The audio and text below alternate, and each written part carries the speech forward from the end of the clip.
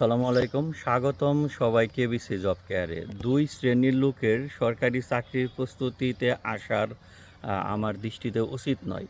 এক শ্রেণীর লোক হলো যারা খুব তাড়াহুড়া করে চাকরির জন্য, যে আমার চাকরিটা লাগবে দ্রুত, এরকম মেন্টালি নিয়ে যারা আসে তারা সহজে সফল হতে পারে না, মানে ধৈর্য কম এটা।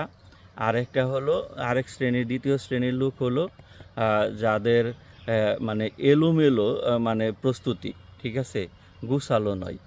এবং এটা আপনার যেটা করতে হবে যে আপনাকে অবশ্যই প্রস্তুতিটাকে শুরু করতে হবে একদম মানে থেকে প্রাথমিক পর্যায় থেকে, ঠিক আছে।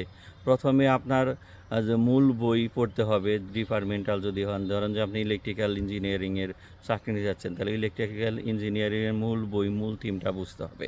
তারপরে পাশাপাশি হলো যে আপনার নন ডিপার্টমেন্টগুলো দেখতে হবে। এইভাবে আপনাকে ধৈর্যশীল হয়ে, প্লাস হলো যে আপনাকে ধৈর্য নিয়ে এবং গুছিয়ে সিলেবাস কভার করে তারপরে প্রস্তুতি নিতে হবে। তাছাড়া আপনি সহজে সফলতা পাবেন না, ঠিক আছে। আল্লাহ হাফিজ।